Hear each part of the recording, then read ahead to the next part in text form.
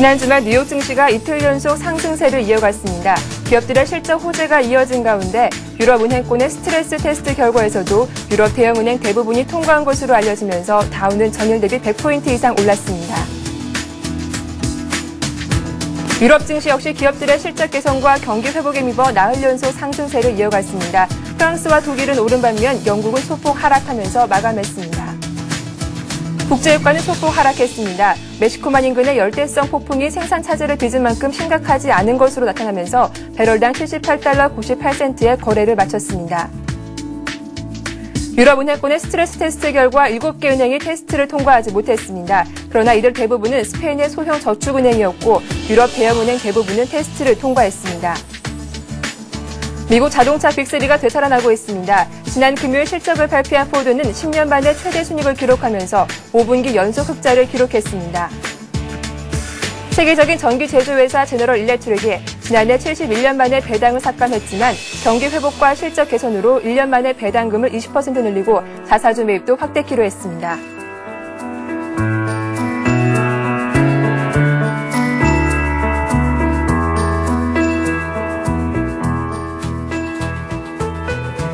안녕하십니까. 굿모닝 생증시 박미라입니다. 지난 주말 유럽은행들의 스트레스 테스트 결과가 발표됐습니다. 생각보다 적은 은행이 불합격 판정을 받았지만 시장에는 이미 오래된 재료다라고 인식이 전해지면서 그 영향이 크지는 않았는데요. 오히려 기업들의 실적 호재와 또 호재성 재료들이 뉴욕 증시 상승을 이끌지 않았나 싶습니다. 좀 더 자세한 이야기 전문가와 함께 알아보도록 하겠습니다.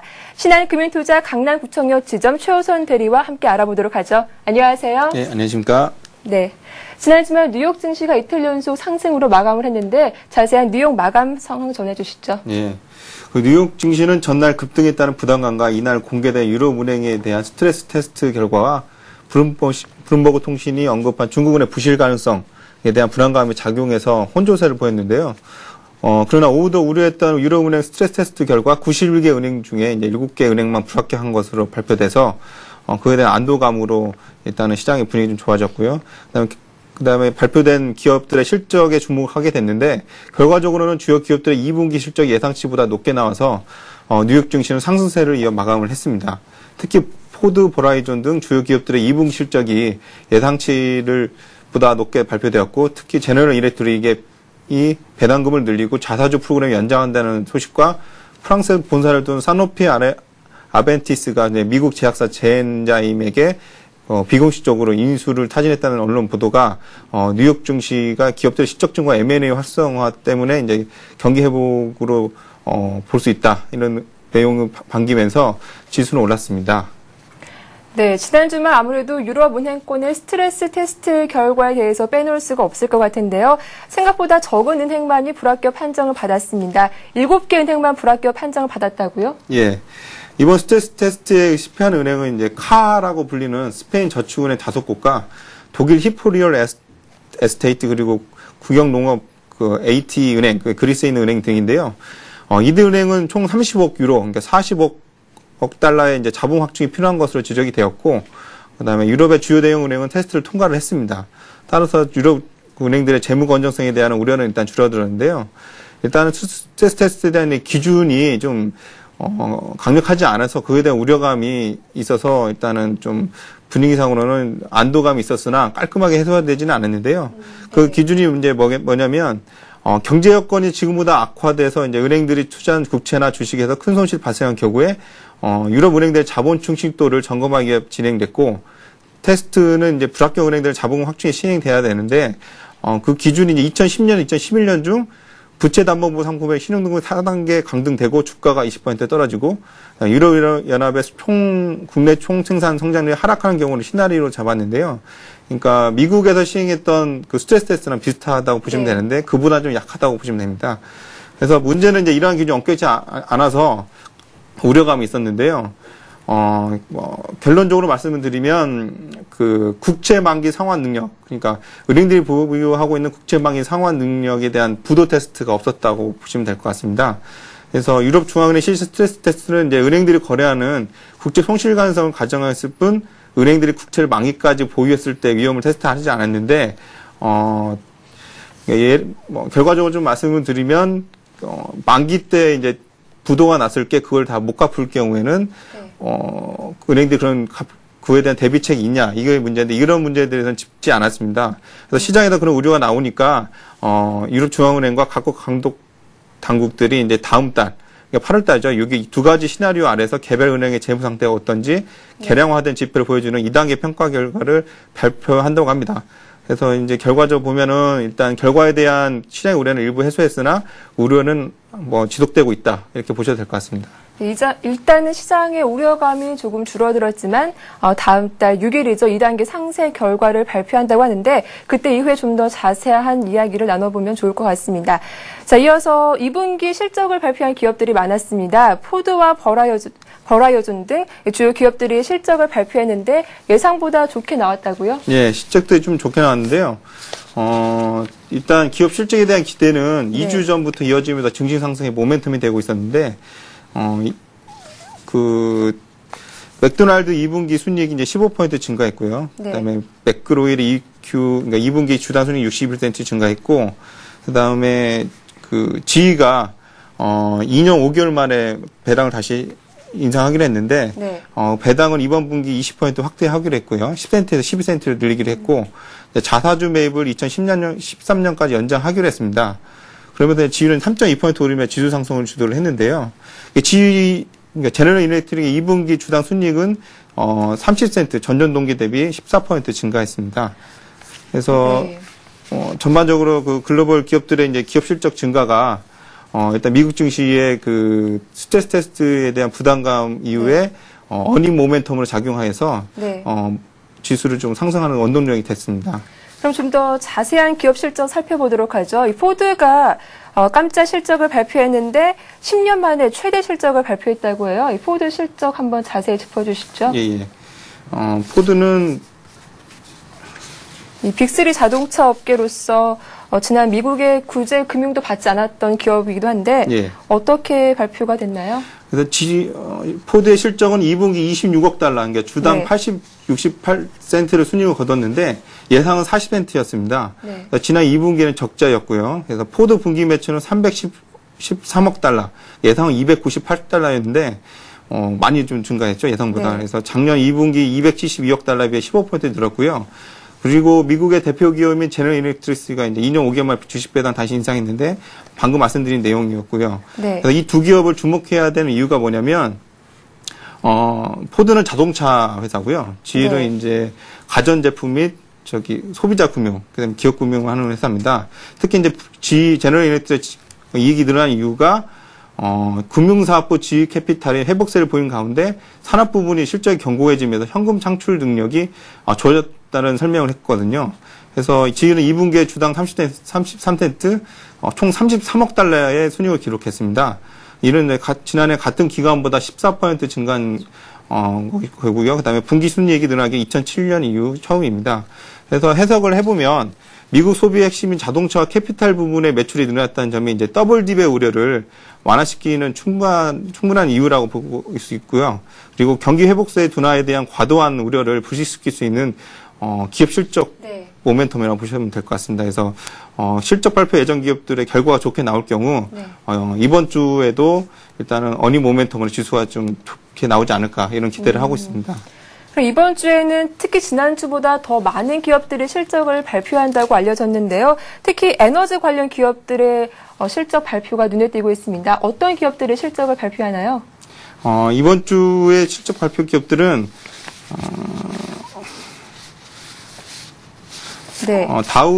다우지수 구성 4종목 S&P 500의 135개 기업의 분기 실적이 공개되고 가이던스가 발표가 되는데요. 특히 27일 날 듀퐁, 그다음에 28일 날 보잉, 그다음에 30일 쉐브론, 그다음에 30일 날 머크가 발표가 되는데 이제 그 석유화학 회사인 쉐브론이 이제 전기 동기에 비해서 주당 순이익이 3배 수준으로 이제 늘 것으로 보고 있고요. 2.44달러 정도 예상을 하고 있고 매출도 31% 증가할 거로 기대하고 있습니다. 그다음에 듀퐁은 이제 순이익과 매출이 이제 지난해 같은 기간에 비해서 조금 늘었을 것으로 보고 있고 항공사인 보잉은 이제 순이익과 매출이 뒷걸음질 쳤을 것으로 보고 있고 머크는 지난해 2분기 수준의 순이익이 예상이 되고 있습니다. 네. 그럼 이번에는 7월 마지막 주를 맞이해서 아무래도 주요 굵직한 경제 지표들이 발표될 것으로 알려지고 있는데요. 어떤 지표들이 발표됐는지 좀 더 자세히 짚어주시죠. 예, 이번 주는 그 대표적 경제 지표는 신규 주택 판매, 그러니까 주택 판매 관련된 지표 중에 이제 신규 주택 판매와 S&P 케이스 실러 주택 가격 지수가 발표가 됩니다. 27일 발표가 되고요. 그 다음에 소비자 신뢰 지수, 소비자 평가 지수가 각각 27일, 그다음에 30일 발표가 되고, 그다음에 미국 경제 성장률이 이제 발표가 됩니다. 이건 이제 30일 날 금요일 날 이제 발표가 되는데요. 특히 이제 주택 지표는 이제 주택 구매에 대한 세제 혜택이 종료되면서 5월부터 더블 디입이 우려될 정도로 이제 악화가 됐는데요.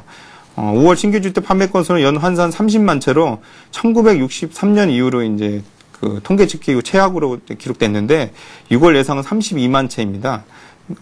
그러니까 이제 5월 주택 판매 착공 건수가 예상보다 크게 급락하면서 저번 달에 이제 예상치에 대해서는 기대감이 컸는데 이번에는 기대치가 좀 낮아졌고요. 6월 미국 기준 주택 판매량은 이제 연 537만 채로서 예상치 510만 건보다는 조금 높게 보고 있어서 이제 긍정적으로 좀 보고 있습니다. 또한 S&P 케이스 실러 주택 가격 지수는 4월 전월비 0.3%, 전월 동년계비 4.6%가량 상승해서 5월에도 상승을 잇는다면 주택 경기 침체에 대한 우려가 좀 수그러질 것으로 보고 있고요. 미국의 소비는 일단은 주택 경기와 실업자가 줄어들어야지 이제 늘어나고 또 경제가 좋아진다는 좋기 때문에 이 주택 지표 두 개의 주택 지표에 대해서 좀 관심을 가져야 할 것 같고요. 소비자 신뢰 지수는 일단은 5월 이후에 둔화되는 양상을 보고 있는데 결과를 좀 지켜봐야 할 것 같습니다. 그다음에 2분기 경제 성장률 지금 예비치가 발표될 것으로 알려지고 있는데 한 2.5% 둔화가 예상된다고요? 예. 그래서 1분기 때 이제 실제로는 이제 2.7% 결과가 나왔는데요. 네. 이번에는 소폭 나는 연 2.5%를 기록할 것으로 예상이 됩니다. 그래서 예상보다 높게 나오면 어닝 효과와 결합된 증시의 모멘텀이 될 것으로 보고 있고, 중간에 이제 28일 날, 베이지북의 이제 경제 판단이 뉴스에 이제 주목이 되는데요. 네. 이제, 저번 주에 얘기한 버넌키 연방준비제도 이사회 의장 얘기가 좀 중요합니다. 의회 출석에서 하신 말씀이 이제 경제 앞날이 이례적으로 불확실하다. 네. 증언을 했었는데요. 네. 네, 그 내용을 좀 보게 되면, 일단, 여전히 출구 전략보다 추가적인 완화 정책이, 일단은 우위에 있다. 이렇게 보시면 될 것 같고, 28일에 발표하는 베이지북의 내용이 이제, 그러한 내용을 좀 언급을 하게 되면, 지금 나오고 있는 이제, 완만한 경기 회복세에 대한, 에도 불구하고 긴축을 해야 되는 어떤 그런 당위성이 좀 줄어들 거 보고 있고요. 그렇기 때문에 긴축의 시점은 그만큼 좀 멀어지고 부양에 대한 고민도 좀 늘어날 것으로 보고 있습니다. 그런데 이제 오바마 대통령의 이제 그 정책과 관련해서 점검을 해보면 오바마 정책이 이제 주요 정책이 건강보험 문제랑 금융규제 개혁, 그다음에 부유층 세금 증액이라는 정책이 있는데 이번에 나오는 문제가 이제 부유층 세금 증액 문제입니다. 네. 이게 핵심은 이제 연말로 종료되는 부시 행정부 부자 감세안의 연장 여부인데. 최근 고조된 추가 부양 논란에 맞물려 있어 이제 11월 중간 선거를 앞두고 그 정책의 최대 이슈로 부각되고 있습니다. 근데 이제 오바마 행정부와 민주당은 이제 부자 감세를 전임 부시 공화당 정부의 정책 실패로 보고 있기 때문에 이제 연장을 안 하겠다는 내용을 좀 확고히 하고 있는데요. 근데 내용을 좀 자세히 보면은 이제 오바마 정부가 부자 감세를 연장할 경우 일단은 그 재정 적자에 대한 심각성이 있는데 그런 문제가 좀 더 확대돼서 미국 경제 전체가 좀 흔들릴 수가 있습니다. 그래서 종합적으로 좀 보게 되면 베이지북의 내용이 좀 어둡게 나오고 있고 2분기 GDP가 예상치보다 낮게 나온다면 오바마 정부의 긴축 정책인 부자 감세의 연장 적용 불가는 바뀔 수도 있고요. 이런 부분은 이제 3월에 그 중간 선거가 있거든요. 11월 달에 있기 때문에 정책 방향이 시장에 반영이 되면은 지금의 연장이 돼서 그 부분을 주목하고 보셔야 할 것 같습니다. 네, 아무래도 2분기 어닝 시즌이 끝나면 이제 이러한 주요한 경제 지표에 따라서 글로벌 증시 방향도 좌우될 수 있겠다라고 볼 수 있겠습니다. 자, 지금까지 뉴욕 증시 마감 현황과 또 주요 기업들의 실적, 경제 지표 발표를 알아봤는데요. 이어서 유럽 증시는 어떻게 마감이 됐나요? 사흘 연속 오르면서 마감이 됐는데 유럽 증시 상황도 좀 전해주시죠. 유럽 증시는 그 스트레스 테스트에 대한 결과에 대해서 안도감으로 일단은 영국만 빼고 이제 대부분의 증시 좀 올랐는데요. 네. 좀 내용을 좀 확인해 보면 영국 증시가 이제 그 0.02포인트 좀 하락했고요. 5,312.62포인트로 끝났고, 독일 닥스 30 지수가 이제 0.39포인트 오른 6,166으로 끝났고, 프랑스는 이제 0.17% 오른 3,607포인트 끝났는데, 특히 영국의 이제 HSBC와 바클레이즈는 이제 1.34%하고 0.54포인트 내렸으나, 스페인 방코 산데사르가 1.34%, 그다음에 도이치은행은 0.12% 상승 마감했습니다. 그리고 좀 논란의 국가인 이제 스페인 증시는 0.83% 올랐고요. 네. 그리스는 1.53% 내렸습니다. 네, 그렇다면 국제 유가는 소폭 하락한 걸로 알고 있는데 국제 유가와 또 상품 가격들 어떻게 마감됐는지 한번 살펴볼까요? 네. 국제 유가랑 금 가격 그다음에 달러 인덱스는 경제 방향성에 대해서 불안감과 이런 부분이 종합해서 나오는데 네. 이날은 뭐 특별한 내용이 없이 좀 일단 끝났고요. 유가는 일단은 0.4% 내린 78.98 끝났고, 금 가격은 0.46% 하락한 1189.30달러로 마감을 했습니다. 그리고 달러 인덱스는 0.16% 하락한 82.46으로 끝났고요. 소폭 내려서 끝났다고 보시면 될 것 같습니다. 네, 지금까지 유럽 증시 현황과 상품 가격까지 짚어봤습니다. 신한금융투자 강남구청역 지점 최우선 대리와 함께 글로벌 증시 살펴봤습니다. 오늘 말씀 감사합니다. 네, 감사합니다.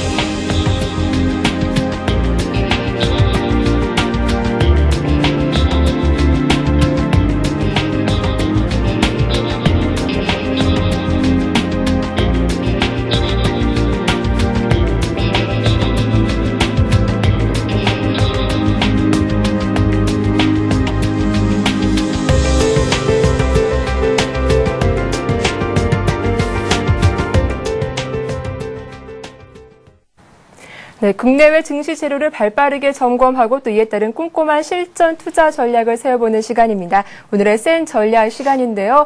오늘 앞서서 뉴욕 증시와 유럽 증시가 상승으로 마감하면서 국내 증시 역시 이 박스권 상단은 좀 더 올라갈 수 있지 않을까 이런 기대감이 전해지고 있습니다.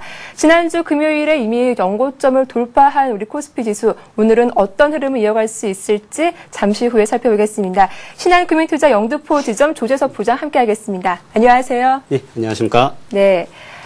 우리 시장에서 오늘 눈여겨봐야 할 변수들이 있다면 어떤 것들이 있는지 한번 정리해볼까요? 예. 먼저 지난주 잠깐 살펴보도록 네. 하겠습니다. 지난주 코스피 지수는 약 한 주간 1% 넘게 상승하면서 종가상으로 연중 최고치 경신을 마감을 했습니다. 그 기대만큼이나 좋은 실적을 보여준 기업들의 성적표가 전고점 돌파의 밑거름이 됐으며 이와 더불어 규모는 크진 않았지만 외국인들의 약 4천억 정도의 매수세하고요. 그다음에 연기금의 일주일 내내 지속된 3,300억 정도의 그 매수세가 지수 상승의 한 축이 됐습니다. 지난 주말에 그 국내 증시에서는 금융주 위주의 큰 폭 상승세 마감과 또한 해외 증시의 도움으로 오늘 또 뭐 국내 증시 오늘 상승 출발이 예상이 된다 할 수 있겠습니다. 먼저 그 이번 주에 그 시장을 오늘 네. 그 주요 변수로는요.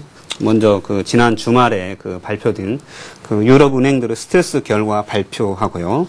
또한 그 30일 날 삼성전자가 이제 실적 발표가 있고요. 그다음 내일은 이제 그 삼성 SDI 등 실적 발표가 있습니다. 따라서 이러한 국내 주요 대표 기업들의 실적 발표가 이 국내 증시에서 주가에 어떠한 영향을 미치는가가 주요 변수라고 할 수 있겠습니다.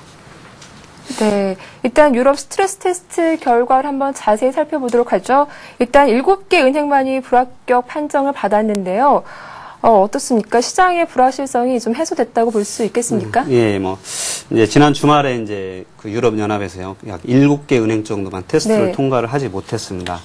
총 91개 은행 중에서 7개 정도만 통과를 못했는데요. 그 예상보다는 좀 적은 숫자의 은행이 테스트를 통과를 하지 못했습니다.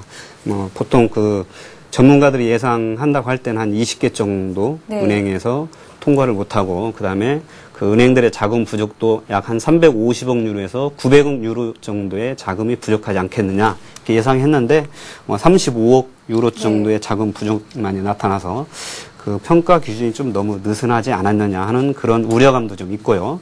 또한 이미 지난 주말경에 시장에는 그런 그 통과하지 못할 거라는 은행들의 그 명칭이 그 언론에서 이렇게 나오고 이랬습니다. 그래서 따라서 오늘 그 테스트 결과 발표가 시장에는 네. 긍정적이긴 하지만은 그 생각만큼 그 환호성을 질릴 만한 그런 큰 영향 아닌 걸로 이렇게 평가가 되고 있습니다. 네. 사실 지난주도 살펴보면은 미국의 경기 지표는 좀 둔화됐지만 실적들이 좋게 나오면서 뉴욕 증시도 많이 올랐고 또 이에 따라서 우리 국내 증시도 많이 올랐는데요. 이번 주에도 역시 실적 모멘텀은 지속되지 않을까 싶습니다. 어떤 기업들이 실적 발표를 앞두고 있는지 살펴볼까요? 예, 예. 기본적으로 이제 일단은 뭐 지난주 실적이 네. 월초에 발표를 했지만은 네. 30일 날 삼성전자가 있고요. 네. 그다음에 현대차도 실적 발표가 이제 30일 날 좀 있습니다. 그래서 실적 발표는 이미 시장에서 좀 많이 나오면서 사상 2분기도 사상 최고치의 실적을 발표하리라고 이미 예상이 되고 있습니다. 근데 문제는 지난주에 그 삼성 전기나 네. 하이닉스, LG 디스플레이들이 실적을 네. 발표를 했습니다. 근데 뭐 하이닉스는 영업이익 1조가 넘어가는 네. 그런 사상 최고치 영업이익을 발표했지만 주가는 오히려 좀 그렇죠. 하락을 했고요. 네. 특히 뭐 삼성전기 같은 경우는 이틀 동안 외국인하고 기관들이 100만 주가 넘는 물량이 나오면서 하락세를 했습니다. 네. 따라서 이러한 시장에 이미 알려진 재료는 주가에 이미 많이 선 반영이 돼 있기 때문에 네. 시장에는 뭐 중립적인 영향을 좀 미친다 할 수 있겠고요. 다만 이제 기대치보다는 조금 나은 실적이 나온다면은 주가에 뭐 긍정적인 도움이 될 수 있겠습니다. 사실 지난주 같은 경우는 기존의 주도주였던 IT, 자동차주가 좀 부진한 흐름을 보였고요. 그와 반대로 철강주라든지 증권주가 많이 오르는 모습을 보여줬지 않습니까? 예. 이번 주에도 아마 이런 KB금융과 현대차 주가가 발표가 되면은 시장에 그래도 좀 호재로 작용하지 않을까 어떻게 보시는지요? 일단은 시장에서 그 실적 발표가 좀 네. 나오면은 특히 이제 뭐 철강이나 KB금융 이런 은행주들 그다음에 철강주들, 소위 뭐 중국 관련주들은 시장 대비 아웃퍼폼을 하지 못하고 오히려 언더퍼폼을 했기 때문에 그 실적이 발표되면은 그런 쪽들은 오히려 좀 주가에는 긍정적인 영향을 미치리라고 보고 있고요. 네. 그 다음에 이제 그 IT나 자동차 주식들은 실적 발표가 되면서 일단 시장에는 중립적인 영향이지만은 그렇다고 해서 이런 종목들이 그 많이 빠져서 시장 대비 그 주도주에서 탈락하는 것은 아닌 것 같고요. 일단 많이 오른 거에 대한 부담감. 네. 또 그다음에 최근에 그 자산운용사하고 펀드들 간의 수익률 경쟁에 의한 네. 그런 추종 매매가 이루어지면서 단기적인 모멘텀으로 좀 주가가 이렇게 빠졌다고 볼 수가 있겠고, 따라서 이러한 그 뭐 IT, 자동차 이런 종목들도 실적이 발표돼서 주가가 빠지고 나면은 오히려 어느 정도 빠진 뒤에는 네. 그런 단기적인 그 실적에 근거한 가격 메리트가 생길 수 있기 때문에 역시 이런 쪽들도 여전히 관심은 놓지 말아야 하겠습니다. 네, 그럼 이번 지난주 수급 상황도 좀 더 자세히 살펴보도록 하죠. 외국인들의 순매수가 연일 이어졌는데요. 예. 이번 주에도 이런 순매수가 좀 지속이 될 수 있을까요? 예, 지금 뭐 보면은 그 해외 뮤추얼 펀드 중에서 네. 한국물이 지난주에도 약 13억 달러가 유입이 됐습니다. 그래서 네. 6주 연속 순유입이 됐는데요. 국내 증시 여전히 그 상대적으로 경제 지표도 양호하고 실적도 양호하기 때문에 선진 증시 대비 여전히 이 외국인들의 순매수세는 뭐 기대해 볼 수 있겠습니다. 네, 그러면 오늘의 시장 투자 전략 어떻게 세워보면 좋을지 한번 말씀해 주시죠. 예. 지난 이제 6월까지는 사실 시장의 주도주는 IT, 자동차, 화학 이 세 개 업종만이 시장을 달렸습니다. 네. 따라서 그 개인 투자자들이 많이 좀 그 소외감을 좀 느꼈었는데요. 최근에는 이제 뭐 그 철강, 조선, 해운 이런 종목들과 특히 또 개인 투자자들이 많이 좋아하는 증권주 이런 종목들이 지금 빠르게 순환매가 이루어지고 있습니다. 이렇게 빠른 순환매가 이루어지는 걸로는 1차적으로 뭐 가격 그 IT 자동차주의 가격 부담하고 그 다음에 제한된 자금 내에서 그런 종목들에 대한 가격 메리트에 근거한 그런 투신사와 자산운용사들 간의 이 수익률 게임으로 빠른 순환매가 이루어졌다고 보고요. 특히 이제 그 종목들로 보면은 그 기관이나 외국인들이 IT 자동차 위주로 너무 많이 네. 편입을 했었기 때문에 그런 이번 실적 시즌을 기반으로 해서 그 재료 노출에 따른 좀 매도세가 있는 것 같고요. 다음에 이제 최근에 또 중국이 보면은 상해 종합지수가 바닥에서 지금 상승세를 기록을 하고 있습니다. 따라서 그거에 근거한 이 중국의 그 지표 호정과 지수 상승에 근거해서 그런 소위 중국 관련주들도 그 기관들과 유국인들이 좀 네. 단기적으로 편입을 하는 것 같기 때문에 그런 종목들도 좀 관심을 가지시고 이 편입을 하시면 좋을 것 같습니다. 네, 이런 중국 관련주들의 주가도 한번 살펴봐 달라라고 말씀해 주셨는데요. 그렇다면 오늘 관심 종목으로 어떤 것들이 있는지 한번 살펴보죠. 예. 오늘 그 투자자분들의 참고 드리기 위해서 일단 제가 네. 한번 차트를 보면서 말씀을 드리도록 하겠습니다. 이 차트가요. 지금 이제 비교 차트를 제가 이렇게 표시를 해놨습니다.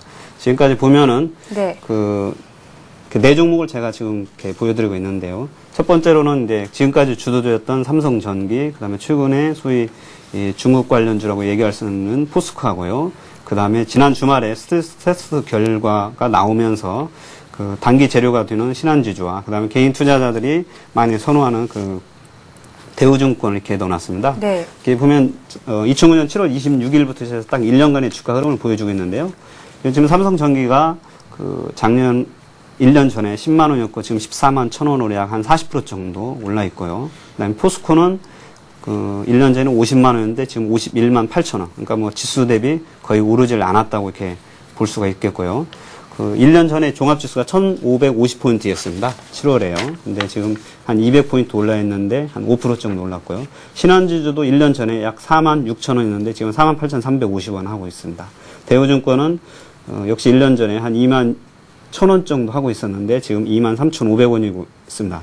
따라서 지금 이 차트를 이렇게 보시면은 네. 이 삼성전기는 지금 작년 대비 실적은 지금 한 2배 이상으로 좋아지고 있기 때문에 그 100% 이상 좋아지고 있기 때문에 지금 현재 주가가 많이 오르긴 했지만 네. 이 주가가 너무 황당하게 많이 오른 거는 아니고 단기적인 이 가격 부담이라는 거고요.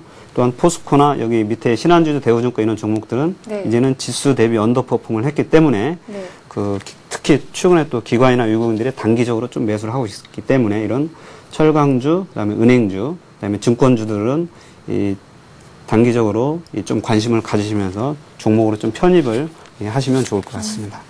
네. 장기적으로 봤을 때 철강주와 은행주에 관심을 가져달라라는 말씀 해주셨습니다. 그렇다면 네, 증권주 중에서 어떤 종목이 좀 더 유망한지 한번 자세히 살펴볼까요? 예. 네. 일단 뭐 그 오늘은 이제 그 관심 종목 제가 대우증권을 지금 네. 가지고 왔는데요. 뭐 증권주들은 사실 그 작년보다는 좀 실적이 지금 1분기는 좀 떨어지고 있습니다. 네. 그래서 이제 금리가 오르면서 그 채권에서 약간 평가 손이 좀 낮고 그다음에 유럽발 위기로 거래가 많이 이루어지지 않다 보니까 일단 순수탁 수수료가 그 지난 그 1월에서 3월보다는 좀 줄었습니다. 그래서 실적은 좀 저조하지만은 향후는 좀 실적이 증가하리라고 보고 있고요. 특히 이제 대우증권 같은 업계 상위권의 대형 증권사로서 타사 대비 양호한 1분기 약 900억 정도의 세전 이익을 거두리라고 보고 있고요. 일단 최근에 거래량이 증가를 하면서 거래 대금이 증가를 하고 있습니다. 따라서 2분기부터는 그 증권사들의 수익이 좀 느리라고 보고 있고요. 특히 대우증권 같은 경우는 개인 영업 오프라인 영업에 아주 강점을 지니고 있습니다. 그래서 따라서 타사 대비 그 핵심 영업력에 좀 강점을 보유하고 있고요. 또한 순이자 수익이 최근 4년간 연속 증가세를 기록을 했습니다. 근데 올해도 역시 그 CMA라든지 그다음에 ELS 같은 금융 상품들이 많이 유입이 되면서 순이자 수익도 더욱 증가하리라고 예상이 되고 있습니다. 또한 거기에 덧붙여서 알파로는 그 최근에 대우인터내셔널이 포스코로 지금 매각이 네. 이루어지려고 하고 있어서 지금 실사가 이루어지고 있는데요. 네. 대우인터내셔널 매각이 순조롭게 진행이 된다 하면은 약 800억 정도의 그런 매각 특별 이익을 좀 거둘 수가 있겠고요. 네. 또한 그 최근에 하이닉스도 지난 3월에 그 채권단 보유 물량들이 좀 매각이 있었습니다. 그래서 만약에 예정대로 하반기 한 번 더 이루어진다면은 거기에서도 약 300억 정도의 특별 이익을 좀 얻을 수가 있겠습니다. 그다음에 그 네. 대우증권 차트를 보면서 잠깐 이렇게 말씀을 드리도록 하겠습니다. 현재 지금 대우증권 차트를 보여드리고 있는데요. 대우증권이 지난 주말에 최근에 일주일 사이에 기관하고 외국인들이 좀 많이 이렇게 관심을 좀 보이고 있고요. 네. 지난 주말에 약 한 7% 정도가 오른 23,500원으로 끝났습니다. 네. 근데 최근에 보면은 일단 거래량이 좀 이렇게 증가를 좀 하고 있고요.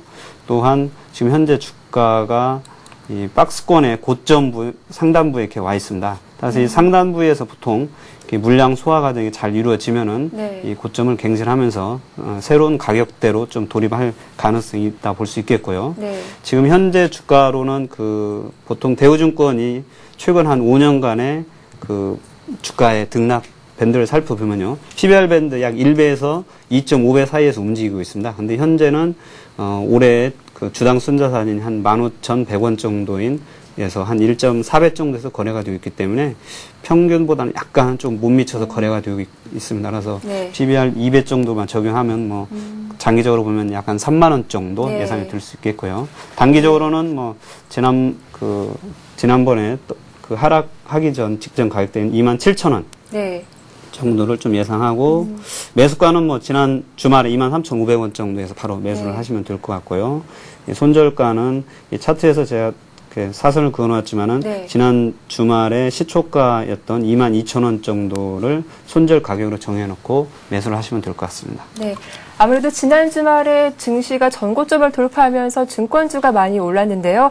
이와 관련해서 대우증권 또 이번 주에도 투자 종목으로 선정해 주셨습니다. 자, 오늘 말씀 감사합니다. 지금까지 신한금융투자 영등포 지점 조재석 부장과 함께했습니다. 고맙습니다. 예, 감사합니다.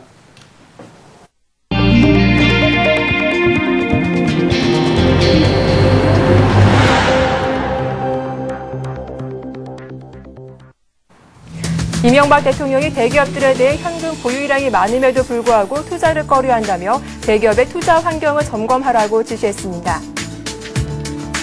미국의 빅3 자동차 중에 유일하게 정부 지원을 받지 않았던 포드가 지난 상반기 10년 만에 최대 규모 흑자를 기록했습니다. 하지만 부채는 여전히 걸림돌로 작용하고 있습니다.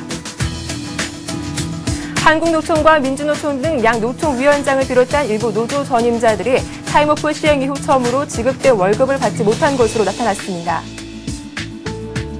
한국은행의 기준금리 인상 이후 시중은행들이 대출금리를 인상하기 시작했습니다. 서민과 중소기업의 이자 부담이 커지고 있습니다. 오늘 한국은행이 2분기 경제성장률 속보치를 발표합니다. 이외 이번 주 어떠한 주요 일정이 있는지 살펴보겠습니다.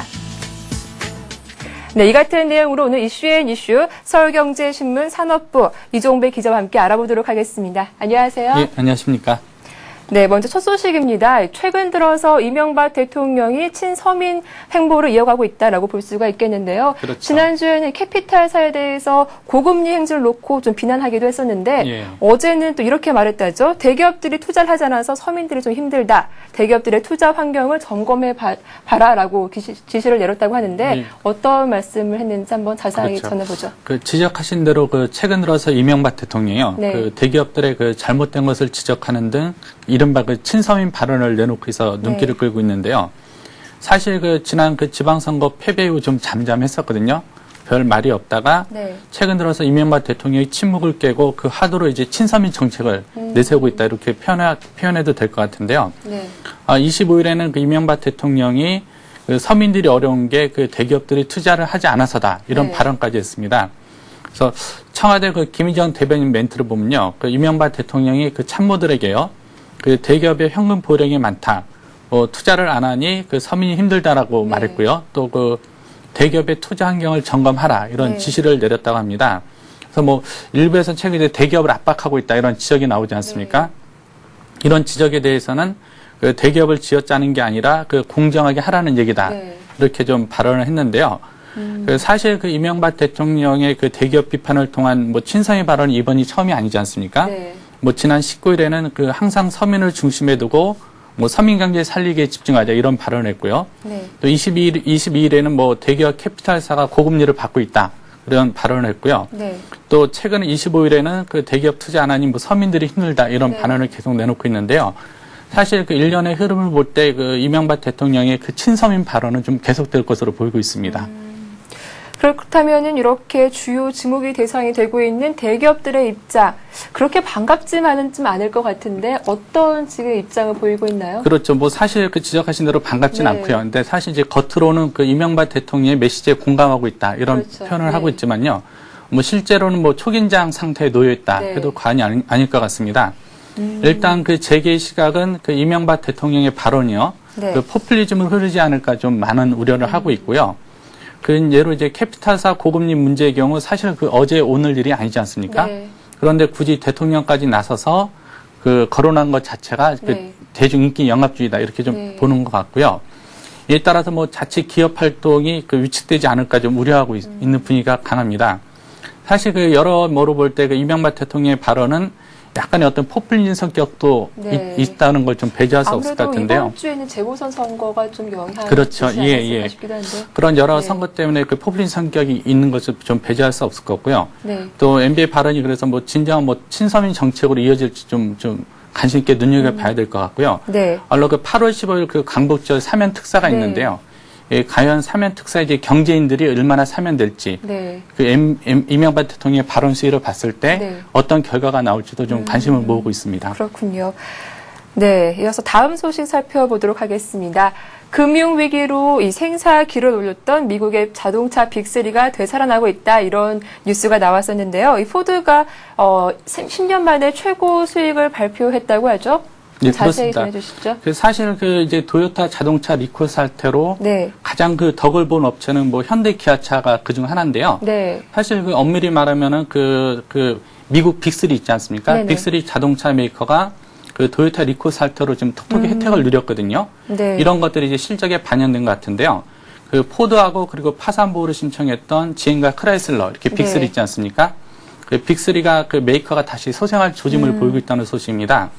한여로 그 미국 시장에서 그 올 상반기 자동차 판매량이 네. 그 빅3 모두 증가했는데요.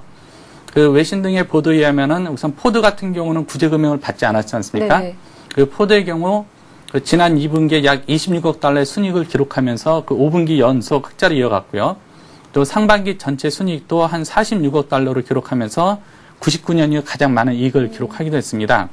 그다음에 그 GM도 그 중국 시장의 선전에 힘입어서 회복세를 타고 있는데요. 네. 그 상반기 좀 그 GM의 중국 시장의 자동차 판매량이 그 120만 대를 기록했거든요. 뭐 미국의 판매량을 추월한 수치인데요. 또 올해 2분기엔 아직 실적 발표가 일어나지 않았지만 그 순이익 규모가 더 늘어날 것으로 좀 전망되고 있습니다. 크라이슬러의 경우 현재 그 피아트로 그 경영권이 넘어가 네. 있는데요. 지난 1분기에 이제 영업이익을 흑자를 달성을 했고요. 또 2분기에도 그 영업이익 흑자가 예상되고 있는 네. 등 이제 그 해상의 조짐을 보이고 있는데요. 사실 근데 하지만 이 해상의 길로 접어들었다고 하지만 아직 넘어야 산이 적지 않은 게 현실인데요. 그 포드만 하더라도 한 270달러 부채를 안고 있거든요. 네. 이런 해결 과제가 남아있긴 합니다. 하지만 그렇다니까 그 글로벌 자동차 시장에서 그 미국 자동차 빅3가 어떻게 화려하게 부활할지 좀 관심을 모으고 있고요. 그 네. 동시에 이제 미국 자동차 빅3의 부활은 우리 현대 기아차에겐 악재로 그렇죠. 작용할 것으로 보입니다. 네. 뭐 글로벌 시장으로 봤을 때 이러한 빅3 자동차 업계가 살아나고 있다는 거는 분명 좋은 재료가 될 수 있겠지만, 그렇죠. 예. 또 우리 기아차, 현대 기아차에게는 좀 걱정이 되는 부분이 아닐까 싶기도 합니다.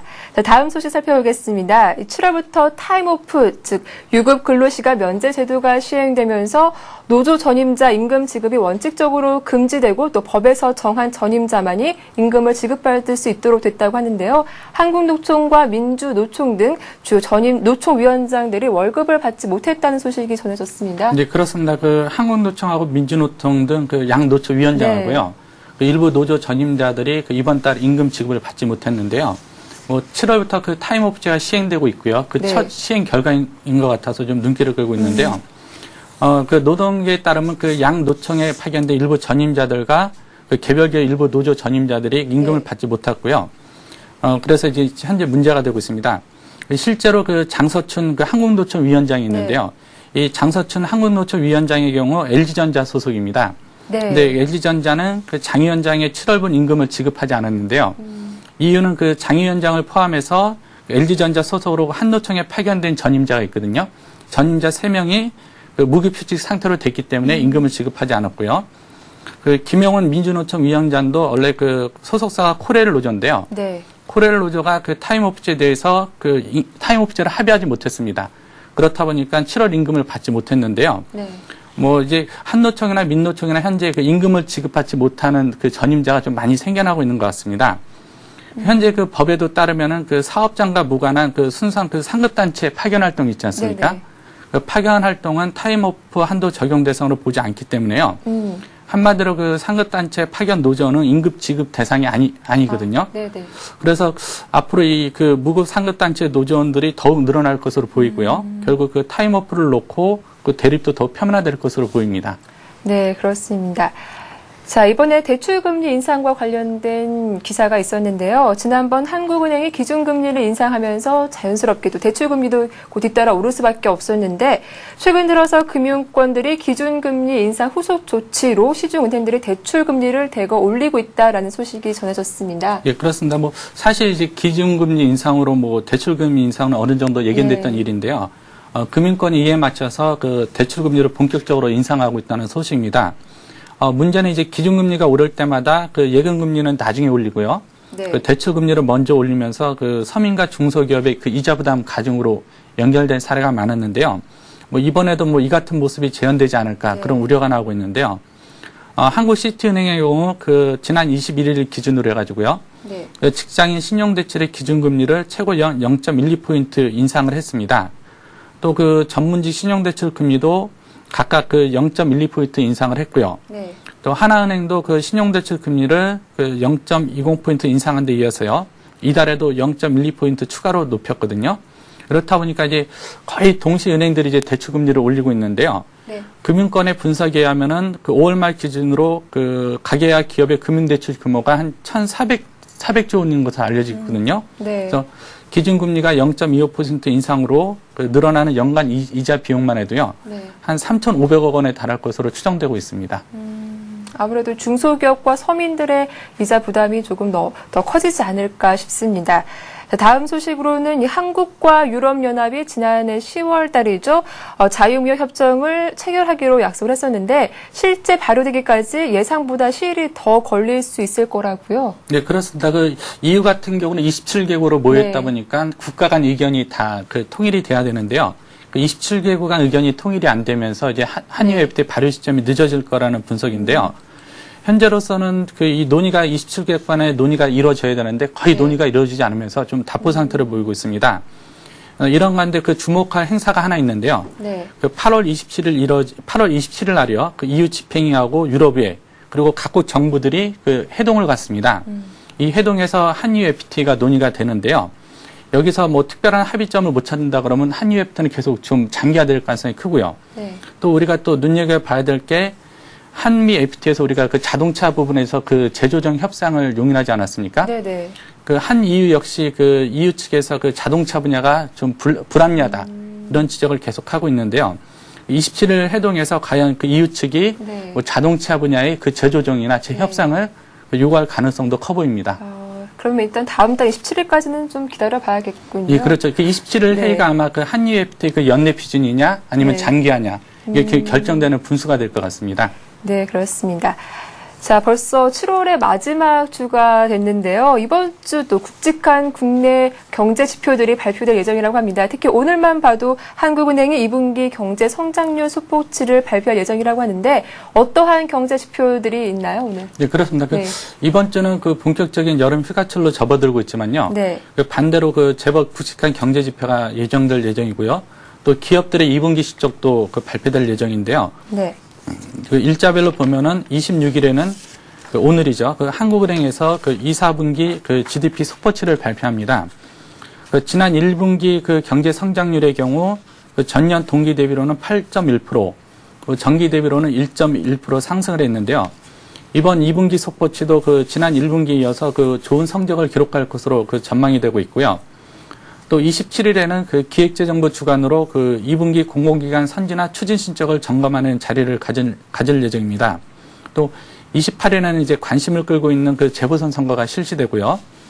이번 뭐 재보선 선거는 뭐 향후 국정운영, 이번 재보선 선거 결과에 따라서 향후 국정운영 방향의 뭐 주요 변수가 될 것 같습니다. 또 28일에는 그 한국은행에서 그 6월 중 국제수지 동향을 발표하는데요. 6월 국세 수지도 뭐 서비스 수지가 되게 악화될 것으로 예상되고 있지만 그 상품 수지 흑자로 인해 가지고요. 그 경상 수지 흑자 폭이 크게 늘어날 것으로 좀 전망이 되고 있고요. 29일에는 현 정호영 공정거래위원회 위원장이 그 취임 1주년을 맞아 기자간담회를 갔는데요. 최근 들어 이제 이명박 대통령이 그 대기업에 대해서 연일 비판적 얘기를 꺼내놓고 있지 않습니까? 네. 그렇다니까 그 공정거래위원장이 취임 1주년을 맞아서 어떤 대기업에 대한 어떤 새로운 정책 패러다임을 그 제시하지 않을까 이런 좀 관심을 모으고 있습니다. 그다음에 30일에는 그 통계청에서 그 6월 및 2, 4분기 산업활동 동향을 내놓을 예정인데요. 뭐 산업 생산은 지난 5월까지 뭐 12개월째 증가하면서 그 경기 회복 흐름을 이어가고 있는데요. 최근 들어 이제 하반기 경제를 어둡게 보는 목소리가 커지고 있거든요. 네. 그래서 6월 산업활동 동향에 이 같은 부정적인 전망이 어떻게 반영될지가 관심사가 될 것 같습니다. 네, 지금까지 오늘의 주요 이슈들과 함께 이번 주 경제 지표까지 알아봤습니다. 지금까지 서울경제신문 산업부 이종배 기자와 함께 알아봤습니다. 고맙습니다. 네, 감사합니다. 네, 지난 주말 뉴욕 증시는 어닝 모멘텀과 함께 기업들의 호재성 재료로 상승으로 마감을 했습니다. 여기에 유럽 은행들의 스트레스 테스트 결과 또한 호재로 작용을 했는데요. 이에 국내 증시 오늘도 소폭 상승할 것으로 예상이 되고 있는데 오늘 이번 주 어떻게 박스권 상단을 돌파할 수 있을지 기대가 되는 한 주가 아닌가 싶습니다. 잠시 후 출발센 증시에서 좀 더 자세히 살펴보도록 하겠습니다. 저는 잠시 후에 다시 인사드리겠습니다.